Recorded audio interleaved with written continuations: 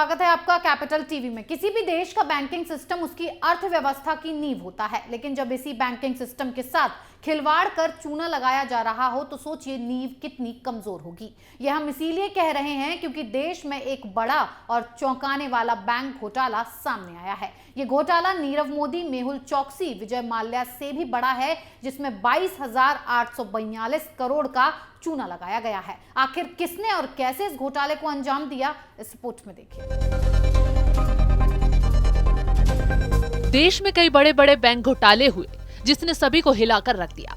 नीरव मोदी, मेहुल चोकसी, विजय माल्या, विक्रम कोठारी समेत कई बड़े बड़े लोग बैंकों को चूना लगाकर विदेशों में फरार हो गए। लेकिन अब 4 साल बाद देश के बैंकिंग सेक्टर में एक और बड़ा घोटाला सामने आया है।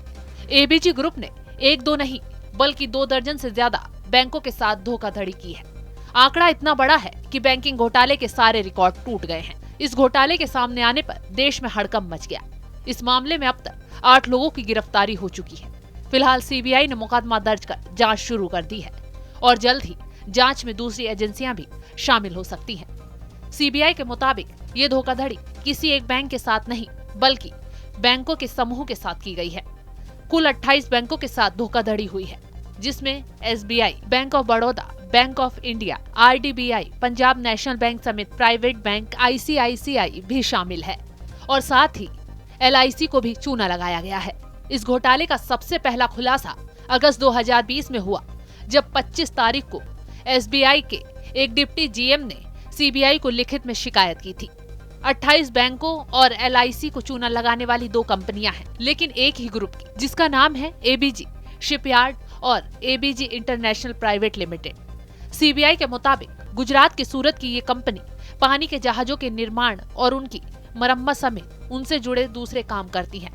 एफआईआर में एबीजी ग्रुप के मैनेजिंग डायरेक्टर आर.के. अग्रवाल के अलावा एग्जीक्यूटिव डायरेक्टर, दूसरे डायरेक्टर और कई सरकारी अधिकारियों के नाम भी दर्ज हैं।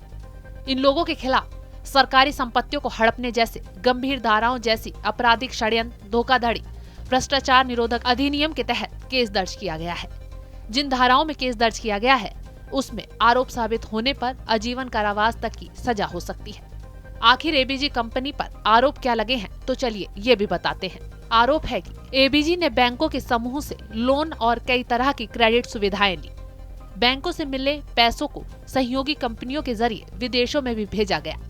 बैंकों से लोन के पैसे से विदेशों में जायदाद और शेयर खरीदे गए। नियमों को ताक पर रखकर पैसों को एक कंपनी से दूसरी कंपनियों में भेजा गया। तो इस तरह एक बड़े घोटाले को अंजाम दिया गया। बताया जा रहा है कि एबीजी कंपनी ने अपने बनाए जहाज विदेशों में भी बेचे हैं, लेकिन कंपनी ने तमाम नियम कानूनों को ताक पर रखकर बैंकों के ग्रुप को हजारों करोड़ का चूना लगाया। किसको कितना चूना लगाया गया तो ये भी जान लीजिए। एफआईआर के मुताबिक एबीजी कंपनी के चलते एसबीआई को 2,468 करोड़ रुपए का नुकसान हुआ, तो साथ ही एलआईसी को 136 करोड़ का चूना लगा।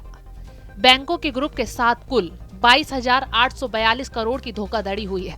ये घोटाला 2012 से 2017 के दौरान का है, यानी मनमोहन सिंह और मोदी सरकार के राज तक का।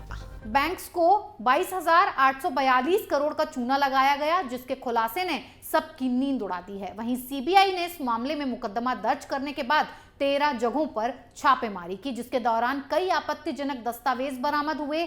सीबीआई सूत्रों का दावा है कि मामले की जांच की आंच बैंक्स के बड़े अधिकारियों तक पहुंच सकती है। जैसे जैसे जांच बढ़ेगी वैसे वैसे कई नेताओं के नाम भी सामने आने की आशंका है। इस खबर में फिलहाल इतना ही। बने रहिए कैपिटल टीवी के साथ। जय हिंद।